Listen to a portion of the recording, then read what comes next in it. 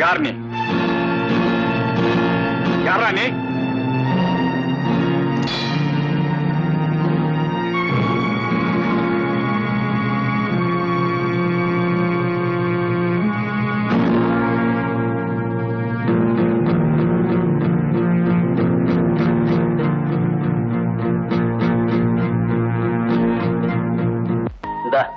இதுல 7000 ரூபாய் இருக்குது. இப்ப வச்சுக்க, மேற்கொண்டு அப்புறம் பாப்போம். அண்ணே, நீங்களா என் தெய்வம். என்ன தெய்வம் ஆகிறதப்பா? அப்புறம் தெய்வத்துக்கே மதிப்பில்லாம போயிடும். வச்சுக்க. இந்த உதவிக்கு நான் என்ன கைமாறு செய்ய போறேன்னு தெரியல. வா போலாம். அண்ணே, நீங்க விரும்பினாலும் சரி விரும்பாவிட்டாலும் சரி, இந்த 7000 ரூபாயை திருப்பி கொடுத்துட்டு இதுல வர்ற லாபத்துல உங்களுக்கு பாதி எனக்கு பாதின்னு நான் முடிவு பண்ணேன். போன உடனே காகிதம் போடு, படத்தை பத்திரமா வச்சுக்கோ. சிவராமா, இந்த பணத்தை உன் அண்ணன் எப்படி ஏற்பாடு பண்ணி கொடுத்துருக்காங்கிறது உனக்கும் தெரியும். புட்சால்தனமா நடந்து. சரி மாமா. சரவணா, முருகா, இந்த ஆளுக்கு ஒவ்வொரு ரூபா மிட்டாய் வாங்கி சாப்பிடுங்க. நான் வர்றேன், ரயிலுக்கு நேரமாச்சு. சொன்னதை மறந்துடாத. சரி மாமா, வா.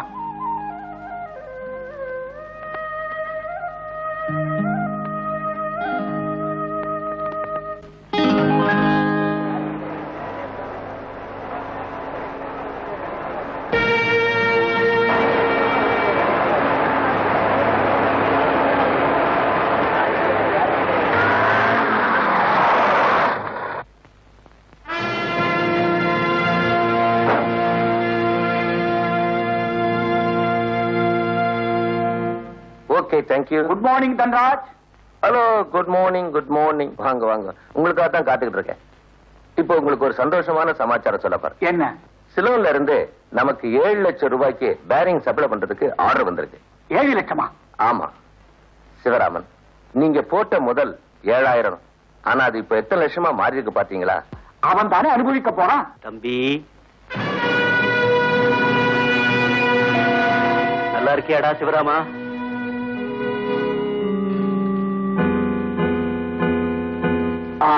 அப்போ அந்த பார்ட்டிட்ட பேசி நீங்களே ஒரு முடிவுக்கு வந்துருங்க. அப்புறமா நான் ஆபீஸ்ல மீட் பண்றேன். ஆல்ரைட்.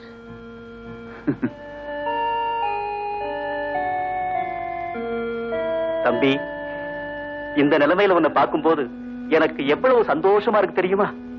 எங்க வந்த? எதுக்காக வந்த?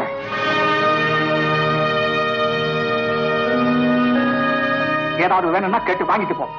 4 பெரிய மனுஷங்க முன்னாடி என்ன வாடா போனான்னு மரியாதை இல்லாம சொன்னா அவங்க என்ன பத்தி என்ன நினைப்பாங்க? தம்பி, எனக்கு நிறைய வேலை இருக்கு. சொன்னதை சீக்கிரமா சொல். உங்ககிட்ட சொல்லாம வேற யாருகிட்டப்பா சொல்ல போறேன்? வீடு நிலமெல்லாம் வாங்கின கடனுக்கே போயிடுச்சு. பிள்ளைகளை படிக்க வைக்கவும் முடியல. சுருக்கமா சொன்னா கண்ணீரை தவிர கையில வேற ஒண்ணுமே இல்லப்பா. ஏன்னு நான் என்ன கடவுளா உன் கஷ்டத்தை தீர்த்து வைக்க? இல்லப்பா. இல்ல, எனக்கு ஒரு மகன் இருக்கிறான், படிக்க வச்ச ஆளாக்க. பரவாயில்லப்பா, நீ நல்லா இருந்தா அதுவே போதும். கொஞ்சம் இருங்க. என்னடா தம்பி இப்படி எடுத்து பேசிட்டானேன்னு தகைச்சு போயிட்டீங்களா? தம்பி, ஆமாண்ணே, இது உங்க வீடு, உங்க பணம், உங்க ஃபேக்டரி. எல்லாத்தையும் கூட இருந்து கவனிக்கிறத விட்டுட்டு என்னமோ யாருக்கையோ போய் யாஜனை கேட்கற மாதிரி வந்து இருக்கிறீங்களே. என்னப்பா சொல்றேன்?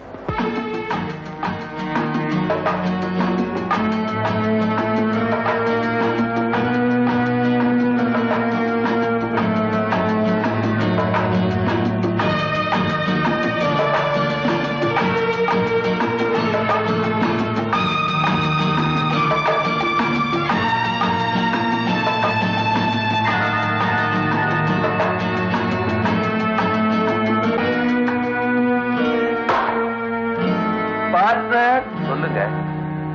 எங்க ஊர்ல என்னையும் என் தம்பியையும் என்ன சொல்லுவோம் தெரியுமா? சொல்லுங்க. ராம லட்சுமணன்னு சொல்லுவாங்க. ஆனா அந்த ராம லட்சுமணன் எப்படி இருப்பாங்களோ நான் பார்த்ததே இல்லை. ஆனா என் தம்பி மேல நான் உசுரையே வச்சிருக்கிறேன். அவளும் அப்படித்தான் என் மேல உசுரையே வச்சிருக்கிறான். அண்ணே, தம்பி, உங்களை வீட்டுல கொண்டு போய் விட்டுறேன். ரொம்ப ஓவரா குடிச்சிருக்கீங்க.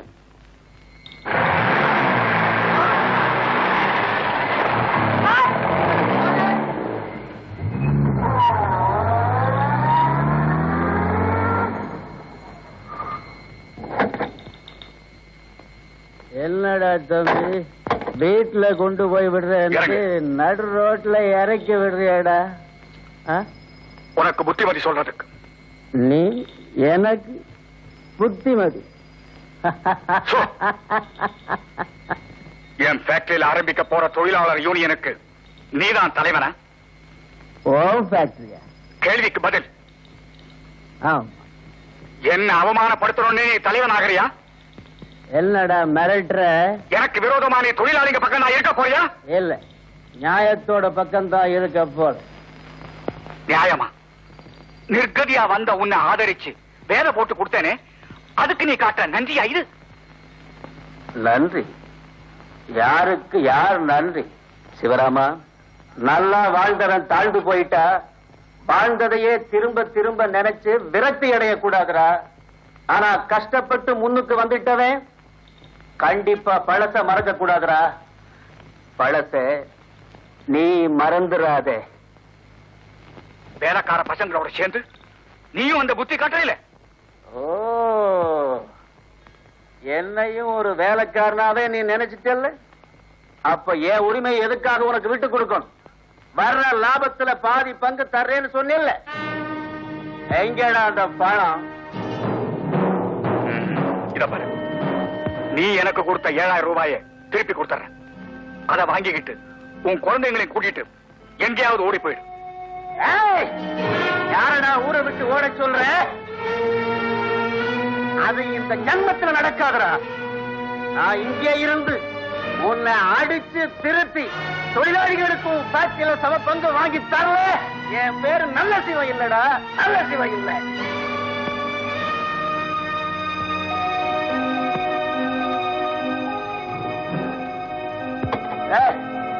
இல்லடா, எங்க போற? எனக்கு பதில் சொல்லிட்டு போறேன்.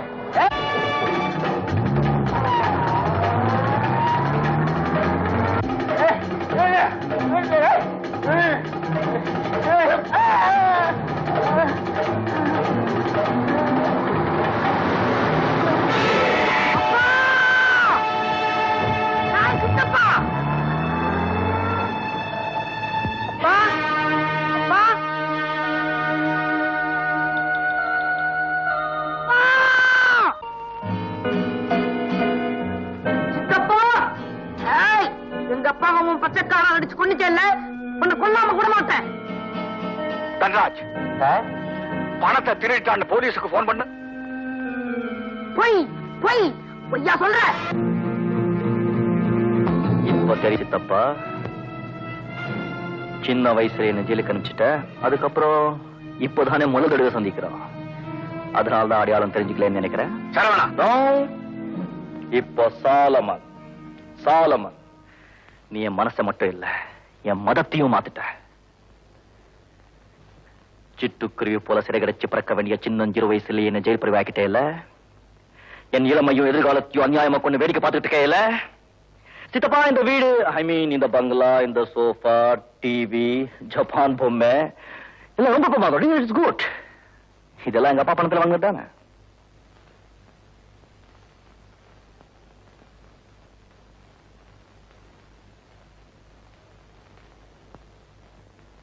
விடுதலை நாள் வந்துட்டா எந்த கைதியும் ரொம்ப சந்தோஷப்படுவா. நானா அந்த நாள் வந்துட்டா நெருப்புல விழுந்த புழு மாதிரி துடிச்சுக்கிட்டு இருப்பேன்.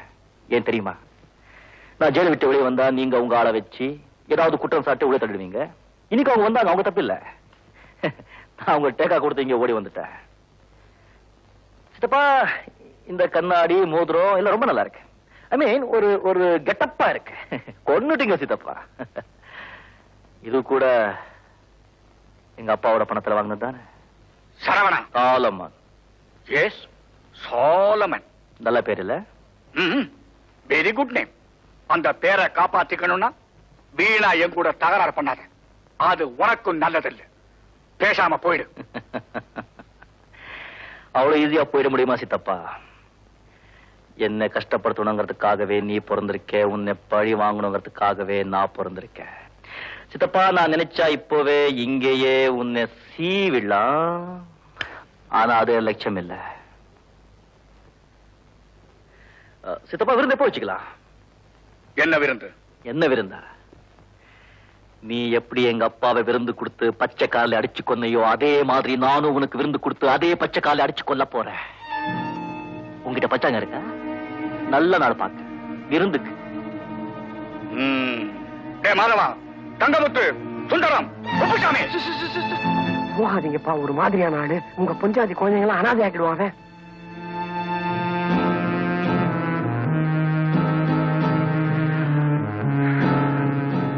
சித்தப்பா, இது நம்ம சொந்த விஷயம்.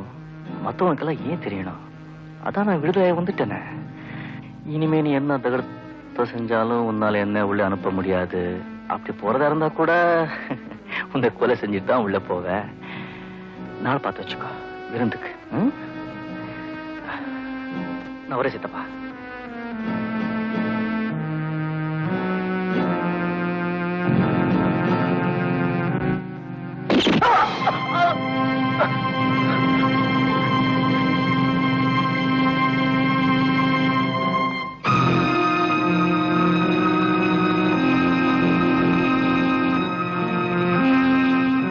சரவணா, ஓ ஐ மீன் சாலமன். இப்ப காலுக்கு வந்ததே தலைக்கோ நெஞ்சுக்கோ வராம பாத்துக்க.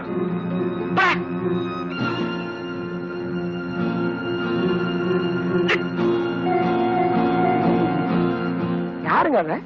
எவனோ கிறிஸ்துவம் போல் இருக்கு. உங்களை போய் சித்தப்பாங்கிறா, உங்களை விரட்டுறா, நீங்களும் பயந்துகிட்டே. முருகா, இந்த பற்றையில நான் எத்தனையோ கட்சிகளை தீட்டி இருக்கேன். சில பேரு அதை நல்லதுக்கு பயன்படுத்துறாங்க, சில பேரு அதை கெட்டதுக்கு பயன்படுத்துறாங்க. நல்லதுக்கு பயன்படுத்தினா அவன் நல்ல மனுஷனாகிறான், கெட்டதுக்கு பயன்படுத்தினா மனுஷன் மிருகமாயிடுறான். கத்திய தீட்டாத தம்பி, உன் புத்திய தீட்டுன்னு ஒரு அறிவாளி சொன்னாரு. இத புரிஞ்சுகிட்டு நடக்கிறவன் வாழ்க்கையில ஜெயிக்கிறான், புரியாம போறவன் வாழ்க்கைய கோட்டை விட்டுடுறான். புரிஞ்சுதா? அடே ஏனுங்க, கத்திய திட்டு யாருங்க மாமா சொன்னாங்க? உங்க பாட்டன் சொன்னான். ஆஹா, ஏண்டா, என்னைக்கு இந்த சக்கரத்தை பிடிக்க ஆரம்பிச்சையோ அன்னைக்கு தூங்க ஆரம்பிச்சவன் இன்னும் முழிச்ச பாடில்ல. இப்பதான் நானும் முழிச்சுட்டேனுங்க மாமா. நான் போனதுக்கு அப்புறம் எப்படிடா பிழைக்க போறேன்? அப்படியெல்லாம் சொல்லாதீங்க.